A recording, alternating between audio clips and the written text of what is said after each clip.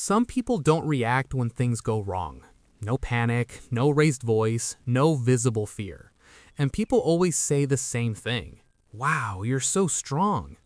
But what if that calm didn't come from strength? What if it came from something much darker? Because here's the truth most people never hear. People who've gone through too much don't stay calm because they're brave. They stay calm because their nervous system learned something early, that chaos is normal and peace is temporary. While others learned the world was mostly safe, they learned the opposite. They learned that things can fall apart without warning, that apologies don't always come, and that sometimes survival happens quietly, with no one clapping at the end. After enough loss, something changes.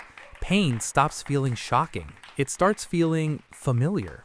And that's when the brain does something most people never notice. It rewires itself. Not emotionally, neurologically. Their body learns to stay alert, not anxious, alert. Because once you've been blindsided enough times, you stop believing in surprise. That's why they don't overreact. Not because they don't feel, but because they already survived moments that should have broken them. So when life shakes again, their body thinks, oh, I know this. People call them emotionally strong. But strength implies choice. They didn't choose this, they adapted. And adaptation doesn't feel heroic while it's happening, it feels necessary. No one applauds a child for learning to be quiet. No one congratulates someone for learning to endure. But those lessons still shape a lifetime. This is why they move differently. They notice tone shifts. They read rooms instantly. They sense when something's about to go wrong even when everything looks fine. That's not intuition, that's memory. Their brain remembers what happened the last time it didn't pay attention. The cost? They're always a little tired. Not physically, emotionally. Because hyper-awareness never really shuts off. Even during calm moments, part of them waits. Not pessimistically, automatically. This is why closeness scares them. Not because they don't want connection, but because connection once came with consequences. When vulnerability was met with dismissal, when honesty was punished, distance became safety, and safety became habit. So people say, you're closed off, you don't open up, you're hard to read. What they don't see is the history behind that silence.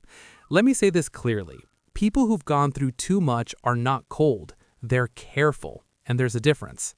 Ironically, they're often the ones everyone turns to in crisis because they don't collapse, they listen, they stabilize the room.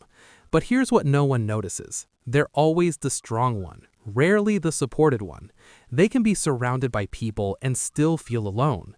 Not because no one is there, but because few truly understand the language they speak now. They don't want pity, they don't want sympathy, they just want someone who doesn't need the whole backstory to care. Somewhere along the way, they stop chasing happiness, not because they gave up, but because happiness once vanished too quickly. They start valuing peace, predictability, emotional quiet, things others call boring. To them, boring is sacred, because excitement once came right before disaster.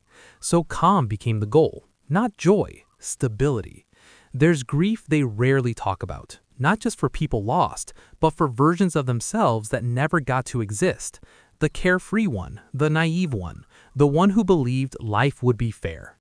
Those versions quietly faded. And then something shifts. Not healing, not closure, understanding. They realized what hurt them also trained them. Not in a motivational way, in a factual one. They gained perspective without asking for it, wisdom without permission, depth without preparation. Yet somehow, they often become gentler, more patient, more careful with words, because they know how badly words can damage, and they refuse to become what hurt them. Healing doesn't mean forgetting, it means learning how to carry the weight without collapsing.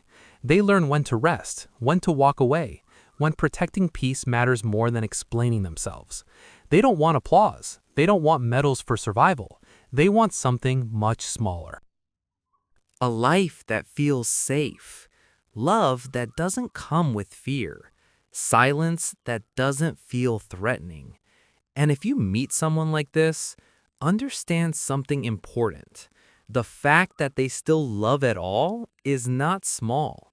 The fact that they laugh, that they trust, that they try again after everything, that is not weakness. That is courage you don't see in movies. Some people shine because life was kind to them.